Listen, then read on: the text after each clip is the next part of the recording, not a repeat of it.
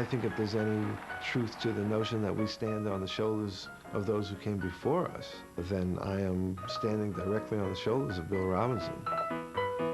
Real trailblazer and really underappreciated and not always respected for what he did.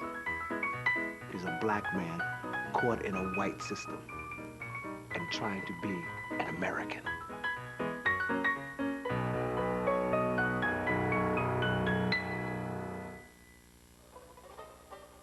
To grow up as the son of a Baptist family in Richmond, Virginia, really meant you weren't supposed to dance.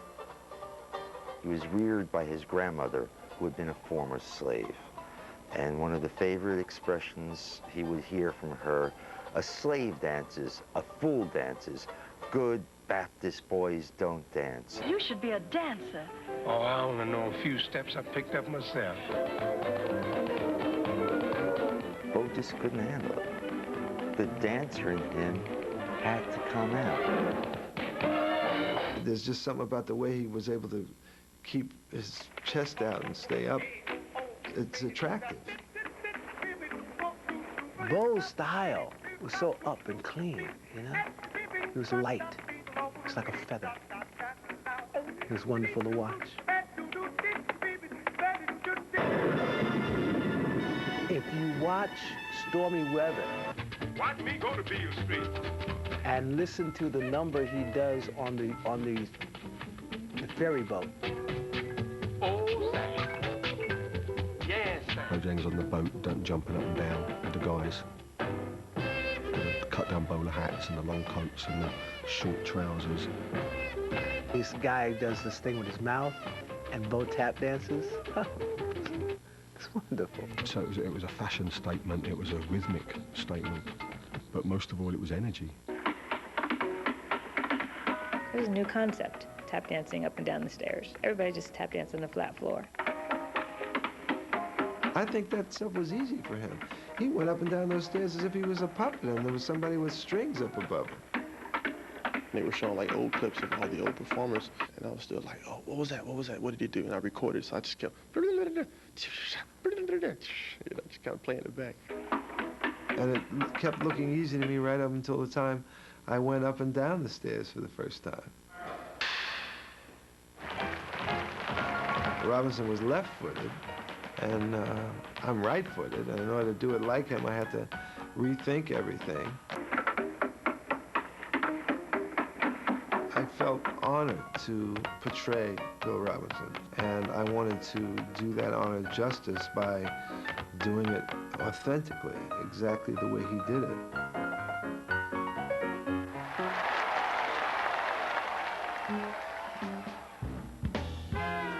When I would walk into the rhythm club in Harlem to gamble, I would see this man who was larger than life called Bill Robinson. This special man whose feet could do so much for him, I held him in such awe. And by the way, he wasn't that good a gambler. When he was off stage, he was a tough guy. He had a real gambling problem and a womanizer and carried a gun. You know, when I look at how difficult it was to be an African American in those days, somehow I can understand how Bill Robinson could be difficult and be angry.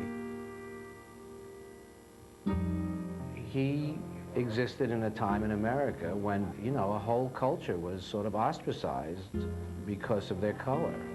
And nobody really knows the penalty or the price that you pay unless you've gone through it. Bill Robinson never in his lifetime enjoyed the full freedom of being an American. He still had to go in the back door to get a sandwich. He still couldn't sleep in that hotel where he performed. He still couldn't ride on the front of trains when he traveled. So he was still a black person, still not a full American, and it hurt him. The man who danced with Shirley Temple is smiling and happy and gentle and sweet. there's very little of Bill Robinson in that man. When he was around his own people, you would see that side of him that he couldn't express because he had to put on the mask. Sometimes his smile was even like an exaggerated smile. So I started to try to think about what was behind that smile, what was pushing it. So much of his memory is shrouded in that Uncle Tom notion. And, he's far deeper than that. Bill Robinson was not an Uncle Tom. He was a black person with great skills who used those skills to gain access for himself. But now, if people knew that he helped other people gain access as well and help us in the struggle, if they had known that, if they'd been aware of that, they would not have called him Uncle Tom. He just loved dancing, and people should just have embraced him as an artist. But then, with everything else that was going on, colored fountains over here and can't go through the back door over here, I think success is a heavy coat to wear. The system was using him in order to get their thing over, exploiting the African-American race.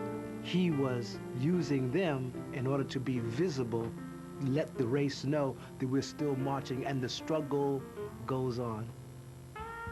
By him being in their face, allowed us to do what we had to do, allowed us to get our universities built, allowed us to get into industry, to get the education in order to stand where we are standing now and tomorrow. Yeah. That's the way I see it. They had to do what they had to do in order for us to be where we are today.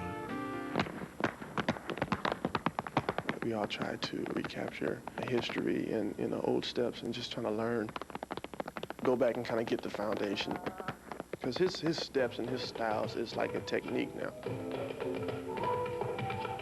You're not really considered a tap dancer until you know your roots. And he's definitely a stronghold in the tap dancing community. When I talk to older people who come to see the show, they would say, oh, I used to tap dance as a little girl. It was so much fun. I remember that. And it connects me with them. And Bill Robinson doing what he did connects with me so that I can continue to do what I do and share that with other people. If it wasn't for the Bojangles, then we wouldn't, even in England, sit down with a video machine and watch it and get excited by it and actually believe you could do something moving around. And watching someone that good makes you want to do it.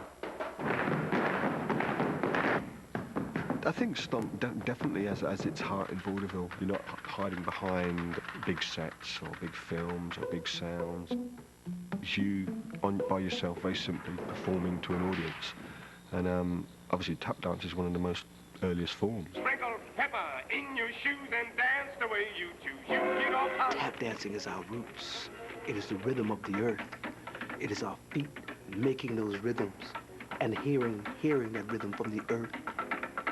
And that's what Bojangles, that's what these cats brought. And that's what they were doing. That's what they're doing today.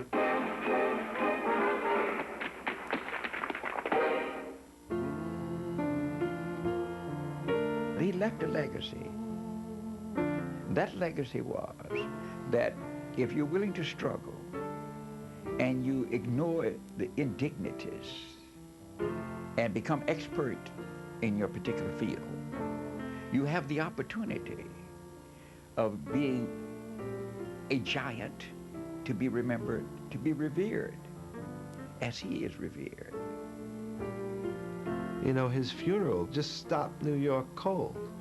And this was a man that, these people didn't know him, all these people that showed up, but it was like as if a president had passed away. And it says about how much he was loved. He was so good-natured. He was out to help anybody, anything, regardless of race, creed, or color. The main thing was always let him know that you believed in God. And he'd do anything for you. every day Bill Robinson lived, he tried to make it a better country that was coming together.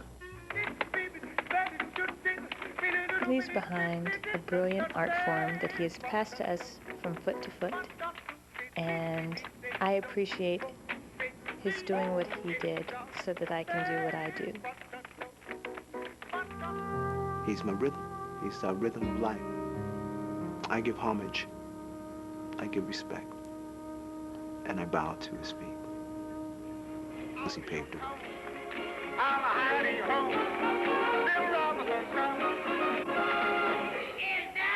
Something like it, but not quite. If he was coming to town to play in a theater, he'd come to town a few days ahead, put an ad in the paper that Bill Bojangles Robinson, is challenging the fastest man in town to a freak race. $500 to the winner. So naturally, and he'd say, you know, show up here and collect your money if you can beat me. Why, it's the dancing star, Bill Robinson, running backwards. And when they got there, he would inform them that they were racing backwards. He could really run backwards fast. And all I could think of was breaking this tape running backwards, and the still being, you know, me looking over my shoulders and beating these guys.